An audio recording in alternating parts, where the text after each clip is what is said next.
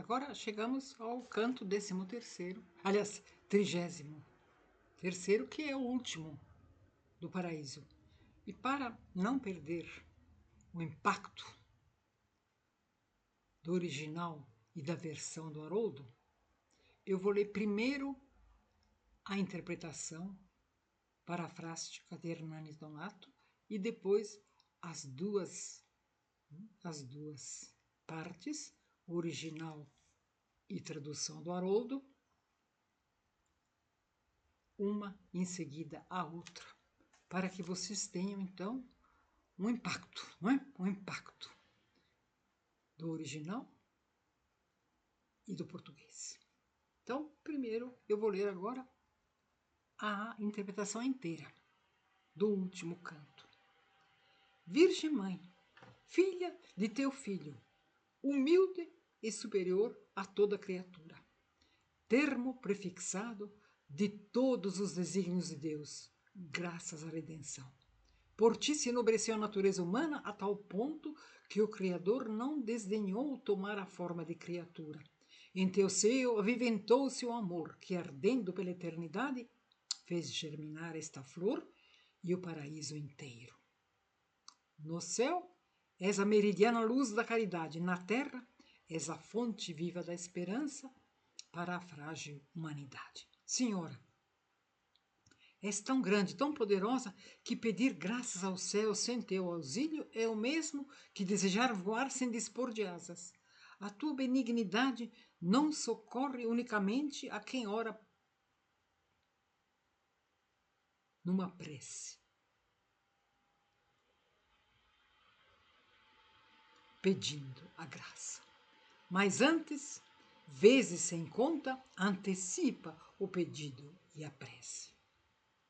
Em ti, misericórdia, piedade e munificência estão somadas a tanta bondade, quanto possa existir junta em todas as criaturas.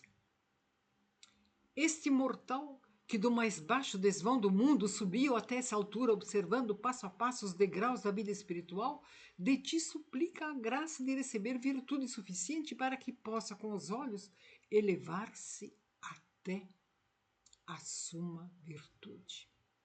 Eu, que com todo o meu ardor jamais pedi tanto, rogo-te esperançadamente que atendas ao seu apelo.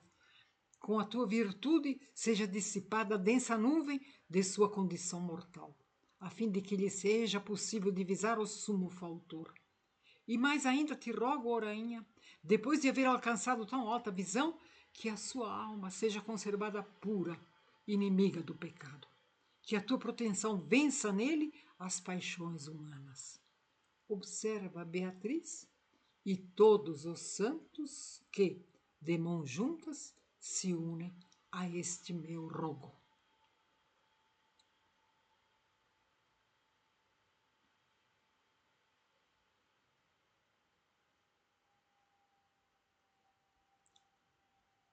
Os olhos de Maria, diletos de Deus e por ele venerados, fitando o meu intercessor, bem demonstraram o quanto lhe agradara a ardente oração.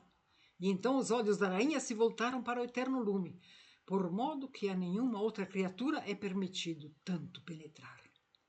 E eu, que me aproximava do termo de todos os desejos, sentia cessar em mim, nem de outro modo poderia ser, o ardor de todos os desejos. Bernardo, a sorrir, acenava-me para que elevasse os olhos. Mas, por minha iniciativa, já neste ato eu me encontrava. Depurada que ia sendo, a minha vista penetrava cada vez mais os raios da luz altíssima, que por si mesma existe, verdadeira. A partir daquele instante, tudo quanto me foi dado ver resultou superior a qualquer possibilidade. Não podia ser descrito pela voz humana e não podia ser reavivado pela memória. Qual homem que enxerga maravilhas em sonhos e, uma vez acordado, retém na memória apenas a impressão de haver divisado maravilhas, sem que o todo dela lhe retorne à mente? Assim sucedeu comigo. Quase por inteiro apagou-se-me a visão que tive, mas trago ainda no coração a doçura que nasce de um êxtase tamanho. Assim se funde a neve ao sol, e os oráculos de Sibila, escritos em leves folhas, são dispersados pelo vento. Ó suprema luz, que tanto sobrepujas o entendimento humano, fazem com que o meu próprio entendimento recorde agora como foi que a ele te revelaste. Sublima bem alto a minha voz, para que ao menos uma centelha da tua glória eu possa legar às gerações futuras, pois ainda que um mínimo de lembranças me seja concedido, será suficiente para que os pósteros entendam melhor a tua vitória e meus versos celebrada. Confio em que, pela agudeza do esplendor que então sofri, estaria perdido para sempre, se os olhos houvessem naquele instante desviado em tal ardente lume. Recordo-me, sim, que ao fixá-lo ganhei fortaleza da manha que meus olhos ao fim devassaram a Deus, a suprema perfeição. Por ti mesmo auxiliado, ó graça altíssima, eu usei fixar com meus olhos mortais a luz eterna, e ali fruí o divinal milagre. Internado que fui em tão ardente foco, eu vi no centro unido pelo amor, em um único ser, tudo quanto contém o universo. Substâncias, acidentes, atributos, fundidos por um sopro vivificador, ali se apresentavam por forma tão gloriosa que de sua grandeza tudo quanto digo é apenas uma ideia muito pálida. Eu creio haver divisado naquele estreito nó a inteira forma universal, pois tanto mais sinto meu ser inundado de alegria, quanto mais de tal maravilha eu falo. Um só instante de esquecimento maior do que os 25 séculos calados sobre o feito dos argonautas, epopeia que impressionou ao próprio Neto. Assim, a minha mente esteve presa, absorta, fixa, imóvel, imersa, sempre mais afoita na sublime contemplação. Retirar de tal luz que tanto me atraía os pobres olhos meus para outro prodígio e endereçá-los fora para mim impossibilidade cabal. Pois o bem, que é objetivo da vontade humana, estava diante da minha vontade, sendo nele tudo perfeito e tudo imperfeito fora dele. Daqui por diante, mais omisso será o meu narrar, e mais confuso o meu dizer do que o balbuciar de um infante que tem os lábios presos ao seio maternal. Não que houvesse mudado o semblante daquela luz sublime que eu seguia vivamente contemplando. O mesmo era qual antes fora.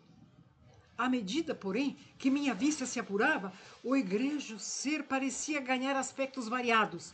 Na profunda e clara essência de Deus, 3 círculos surgiram e me pareceram de 3 cores distintas, mas de igual conformação. Semelhando íris, que de íris fosse reflexo, acreditei que de ambos, por modo igual, derivava a flama do terceiro. Oh, como é pobre a expressão humana que para descrever o que eu vi não basta. Toda ela, a mais alta, não bastaria para reproduzir o mínimo que eu pretendesse referir. Ó lume eterno, que em ti próprio tem sede, tu só. Só a ti mesmo, só tu entendes a ti mesmo, e por ti és entendido e amas e te comprazes nesse entendimento. Aqueles 3 círculos que pareciam por ti gerados, qual luz reflexa, estava eu então a contemplar estático, e eis que me pareceu ver a luz assumir forma e cor da figura humana, detalhe que me fez mais atentamente fixá-la. Qual geômetra que todo se concentra em medir o círculo na vã procura de princípio que ao seu propósito melhor convenha, assim sucedeu comigo ante o fato novo. Ansiava por ver como pode a imagem humana adaptar-se ao círculo. A tão alta compreensão não me conduziam as asas da minha mente. Todavia, eis que fulgor divino veio sacudir-me e saciar o meu desejo de tal verdade penetrar. Neste ponto, faltou alento à minha inspiração, mas já então Deus dominava a minha vontade, fazendo conforme ao seu amor. Qual roda obediente ao mando do motor, amor que move o sol e mais estrelas. Vamos fazer agora um intervalo e já vamos passar para a leitura do original e do Haroldo.